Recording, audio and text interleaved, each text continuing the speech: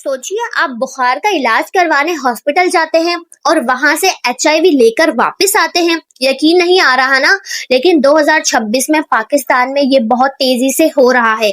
अस्सलाम वालेकुम, welcome back to the channel, hope you are doing well. आज हम एचआईवी का पूरा सच समझेंगे, बिल्कुल इजी वर्डिंग में। पहले ये समझ लेते हैं कि एचआईवी है क्या। एचआईवी का मतलब है ह्यूमन इम्यून डेफिशिएंसी वायरस। ये एक ऐसा वायरस है जो हमारे बॉडी के गार्ड यानी इम्यून सिस्टम पर हमला करता है। बॉडी का इम्यून सिस्टम वो ताकत है जो हमें बुखार, नज़ला, इन्फेक्शन से बचाती है। एचआईवी इस ताकत को धीरे धीरे खत्म कर देता है। फिर एड्स क्या है? जब एचआईवी की वजह से बॉडी बिल्कुल कमजोर हो जाए और छोटी छोटी बीमारियां भी जानलेवा बन जाएं तो उस स्टेज को एड्स कहते हैं। एड्स का मतलब क्या है? Acquired immune deficiency syndrome. याद रखें, हर एचआईवी वाला पेशेंट एड्स का पेशेंट नहीं होता। सही इलाज से एचआईवी को एड्स बनने से रोका जा सकता है। तो सवाल ये है, एचआईवी हो तो पता कैसे चलता है? देखिए, स्टार्ट में सालों तक कोई साइन नहीं आती, बंदा बिल्कुल ठीक लगता है और यही सबसे खतरनाक बात है।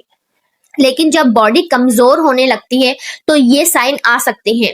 हर वक्त थकन, बिना काम के भी आपको थकावट होती है। तेज फीवर जो मेडिसिन से भी ना उतरे। रात को स्वेटिंग होती है, सोते हुए कपड़े भीग जाते हैं। वजन का तेजी से गिरना, बिना वजह 10 किलो कम हो जाना, 20 किलो कम हो जाना। मुंह में सफेद छाले जो ठीक ना हो, जिल्द पे रैशेस या निशान। बहुत अहम बात, ये साइन टीबी, कैंसर, डिप्रेशन में भी हो सकती है। मतलब सिर्फ साइन से एचआईवी कंफर्म नहीं होता, वो सिर्फ ब्लड टेस्ट से पता चलता है। तो डरो मत, टेस्ट करवाओ। अब आते हैं मेन पॉइंट पर, पाकिस्तान के हालात पे। 2026 की गवर्नमेंट रिपोर्ट कहती है पाकिस्तान में 3 लाख से ज्यादा लोग एचआईवी के साथ हैं और सबसे हॉरर बात, इनमें से 2 लाख से ज्यादा लोगों को पता ही नहीं है कि उन्हें एचआईवी है। क्यों? क्योंकि साइन नहीं आती। आप सोचिए, अगर बीमारी का पता ही नहीं हो तो इलाज कैसे होगा? कमेंट करके बताइए। अब नया मसला क्या है कि अब बच्चे भी इसकी लपेट में आ रहे हैं। 2020 के बाद से बच्चों के केसेस 40% बढ़ गए हैं और वजह वो नहीं जो आप समझ रहे हैं। तो एचआईवी फैल कैसे रहा है? 3 बड़ी वजह हैं और तीनों का ताल्लुक हॉस्पिटल से है। जी हाँ, बिल्कुल। Number 1 is reuse syringe. छोटे क्लिनिक्स में एक ही सिरिंज 10 मरीजों को लगा देते हैं साफ कहकर, बस वायरस पहुंच गया। नंबर 2 इज बगैर टेस्ट वाला खून।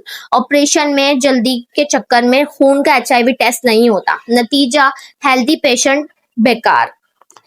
और सबसे थर्ड बात यह है कि अनहाइजेनिक टूल्स इस्तेमाल करना। ऑपरेशन के अंदर इंस्ट्रूमेंट यूज होते हैं जो कि साफ नहीं होते, तो क्या होता है कि एचआईवी जल्दी से पहुंच जाता है। तो सीधी बात, इंसान शिफा के लिए जाता है और बीमारी लेकर लौटता है। क्या ये इंसाफ है?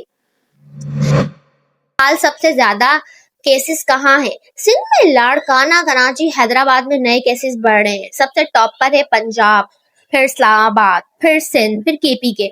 हुकूमत कैंप लगा रही है लेकिन लोग शर्म की वजह से टेस्ट नहीं करवाते।